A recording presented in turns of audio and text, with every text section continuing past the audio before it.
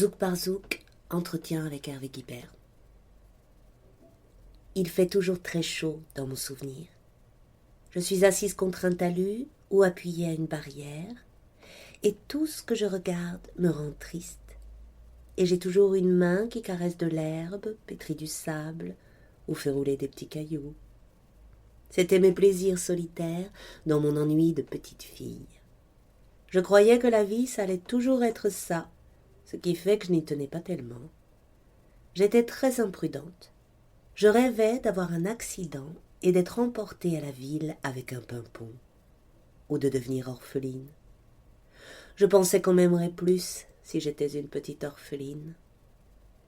Dans mon village, ce qui me donnait un sentiment de mort effroyable, c'était un quotidien sans croche-pied. Le lundi, on lave le linge. Le mardi, on sort les poubelles. Le mercredi, on repasse, puis on tricote avec les enfants dans le jardin. Le jeudi, la pharmacie est fermée, on va chez le coiffeur. Le vendredi, on mange du poisson. Le samedi, on fait les courses.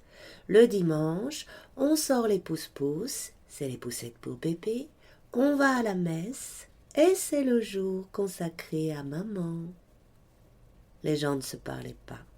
Madame Untel, je lui parle pas parce qu'il y a 2 ans, son chien a mordu le mien. On ne va plus dans tel ou tel magasin parce que le beurre est baraté à la bernoise. Heureusement qu'il y avait des morts pour rompre la monotonie. Tout à coup, ces gens qui ne se disaient plus que « Bonjour, au revoir, votre mari va bien, les enfants sont guéris, le temps s'est quand même mis sur le beau, tant qu'on a la santé, faut pas se plaindre », se mettaient à se parler. « Vous n'êtes pas au courant, c'est terrible, un tel est mort ». Tout le monde devenait plus abordable. Quand il se passe quelque chose d'exceptionnel, on vous prend le visage dans la main ou dans la jupe et on vous dit « Regarde de l'autre côté ». Je ne me suis jamais résolue à ne pas voir ce que d'autres yeux peuvent voir. J'étais à tous les enterrements et à toutes les veillées. Je me faufilais, je restais dans un coin sans rien dire. De fil en aiguille, j'arrivais à pénétrer dans la chambre du mort et on finissait par m'oublier. On prépare la maison pour la veillée. On vide une pièce, on laisse juste l'armoire à vaisselle et des chaises pour s'asseoir. On ferme les volets et les fenêtres. On accroche un Christ sur les rideaux opaques, on étend un drap de lit blanc sur 2 tabourets et on expose le cercueil. J'étais habituée au cercueil. Je regardais la télé assise sur des cercueils, parce que l'entrepreneur des pompes funèbres était le seul gars du village qui avait la télé. Je sais exactement comment c'est fait. Il y a de la dentelle en papier, des petits coussins, et suivant ce qu'on a dans son porte-monnaie, on peut avoir de la dentelle de Limoges.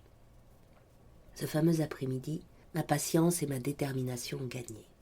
J'avais tellement dû les exaspérer, et en même temps, j'avais tellement l'air de compatir à leur malheur, qu'ils m'ont laissé entrer dans la chambre du mort. J'étais aux premières loges du spectacle.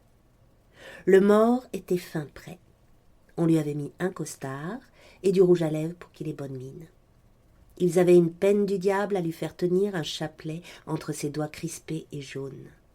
Couché à plat, il avait de si grands pieds qu'on ne voyait plus qu'eux, et on les avait camouflés avec une couronne.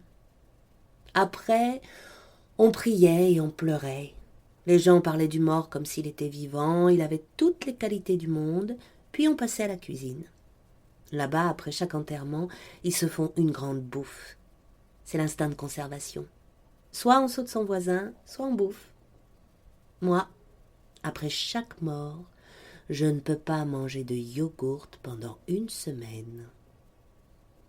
Les gens s'étaient dit « Qu'est-ce qu'elle prit longtemps, cette Zouk? Elle est restée plus d'1 heure dans la chambre mortuaire. » Je voulais m'assurer qu'il était vraiment mort, montre en main, et au bout d'1 heure, je partais. Je pensais que si je touchais le mort, la mort allait m'attraper.